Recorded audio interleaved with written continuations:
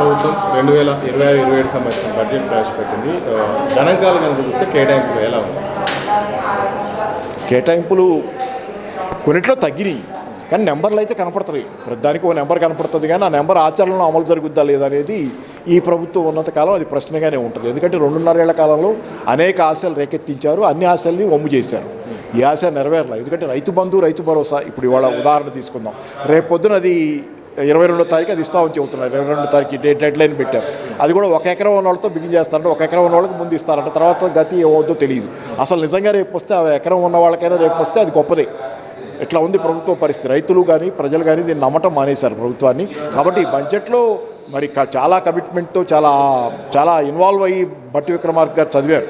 కానీ అంత కష్టపడి ఆయన చదివిన బడ్జెట్ ఆయన ఆయాసం మిగులుస్తుంది తప్పితే అంతకంటే ఆ బడ్జెట్ ఏమైనా సాధిస్తుంది అనే ప్రశ్న. బడ్జెట్లో అనేకమైనటువంటి అంటే ఈ బడ్జెట్ని ఒక మార్మికమైనది, మిథ్య, మాయ ఇట్లాంటి ఏ మాటలని చెప్పుకోవచ్చు. కాబట్టి బడ్జెట్ గురించి చర్చ అనేది ఒక రకంగా టైం వేస్ట్ కార్యక్రమంగా మారినటువంటి స్థితిలో మనం మాట్లాడుకుంటున్నాం తప్పితే బడ్జెట్ గురించి ఇక్కడ మనకేదో జనరల్ ఆసక్తి, మేధావర్గం అనే పేరు ఉంది. కాబట్టి జనాలైతే దీన్ని అసలు పట్టించుకుంటున్న స్థితిలో లేరు. ఈ ప్రభుత్వం ఎప్పుడు పోద్దాన్ని ఎదురు చూస్తున్న స్థితే జనాల్లో ఉంది. మీరు ఎక్కడైనా ఎవరినైనా కదిలించండి, నా మాట కాదు ఇది, జనాల దగ్గరికి పోయి ఏ మనిషినైనా కదిలించండి. ఒక్క మనిషి అయినా ఈ ప్రభుత్వం ఇంకా ఈసారి కాదు నెక్స్ట్ టైం కూడా కావాలనే మనిషి లేడు.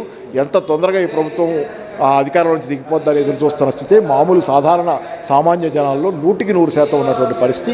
చాలా అసంతృప్తి ఉంది. ఏ పథకం సరిగ్గా అమలు జరగటంలా. పైగా ఇవాళ నిన్న ఆ ఊకదంపుడు బడ్జెట్లో కూడా 6 గ్యారంటీలకు 50,000 కోట్ల చిల్లర కేటాయించారు. లాస్ట్ టైం కంటే కూడా కొంచెం తక్కువ కేటాయించారు. మళ్ళీ 50,000 కోట్ల చిల్లరలో 18,000 కోట్లు రేపు రైతు బంధుకి అది కేటాయింపు, రైతు భరోసాకి.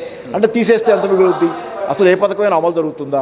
అందుకే చాలా పథకాల్లో నిరుద్యోగ భృతి ఎక్కడుంది? నిరుద్యోగ భృతి ప్రియాంక గాంధీ హామీ ఇచ్చిపోయి నిరుద్యోగ భృతి ఖమ్మం యూత్ డిక్లరేషన్లో ఏమైంది? అలాగే చాలా పథకాలు ఈ రోజులు మహాలక్ష్మి ఎక్కడ కనపడిన స్థితి. చాలా పథకాలు అమలు జరగటంలా ప్రజలు పూర్తిగా నిరాశ చెందుతున్నారు.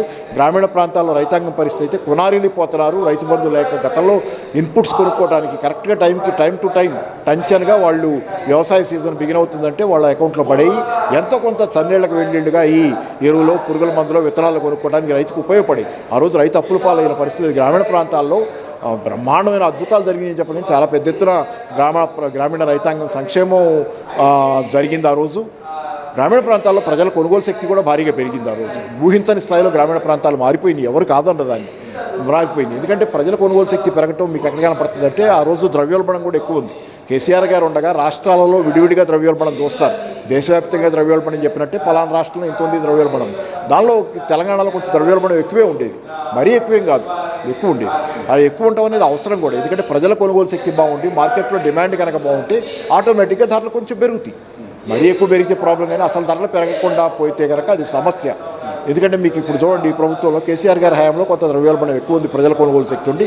ఈ ప్రభుత్వంలో ఘనంగా జీడీపీ పెరిగింది, దేశ యావరేజ్ కంటే కూడా 2% ఎక్కువ ఉంది, పర్ క్యాపిటల్ ఇన్కమ్ 4 లక్షలు ఉందని చెప్తున్న ఈ ప్రభుత్వంలో మీరు చూస్తే పోయిన సంవత్సరం అక్టోబర్, నవంబర్ మాసాల్లో మైనస్లో ఉంది ద్రవ్యోల్బణం, నెగటివ్లోకి వెళ్ళింది హోల్సేల్ ప్రైస్ ఇండెక్స్.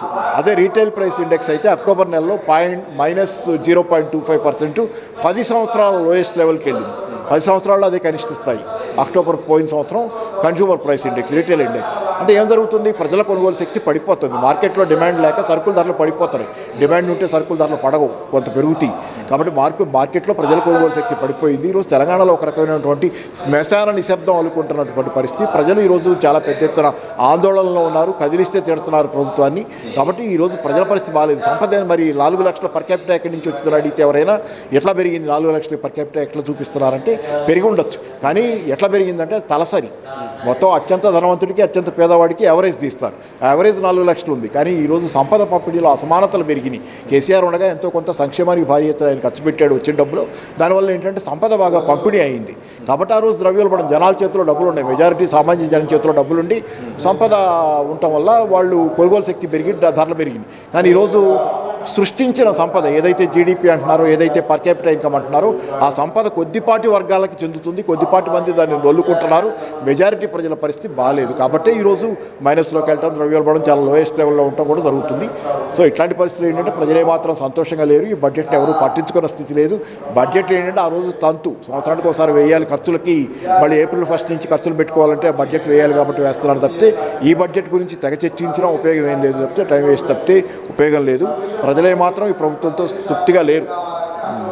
అందరికీ బీమా అనేది ఒకటి కొత్తగా తీసుకున్నారు. అది అందరికీ బీమా అంటున్నారు కానీ అందరికీ కాదు. అది నాకు తెలిసినంతలో వైట్ కార్డ్ హోల్డర్స్ అందరికీ బీమా. అది వైట్ కార్డ్ హోల్డర్స్ అందరికీ, తెల్ల రేషన్ కార్డు ఉన్న వాళ్ళందరికీ బీమా అది నాకు తెలిసినంతలో.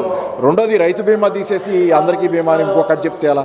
రైతు బీమాకి మీరు ప్రీమియం గట్రా మానేశారు. రైతు బీమా పోయా, ఉన్న పథకం పోగొట్టి లేని పథకాన్ని ఏదో తెచ్చామంటే ఆకాశంలో మబ్బులు చూసి మొత్తం పారబోసుకున్నట్టు జనం మీరు ఏదో తెస్తారని చెప్పి ఉన్న పథకం పోయింది కదా, రైతు బీమా అయింది. కాబట్టి చెప్పడానికి మాటలు కోటలు దాటుతున్నాయి. సరే ఆచరణలో ప్రజలకు దక్కుతుంది ఏమీ లేదు, నష్టపోతున్నారు.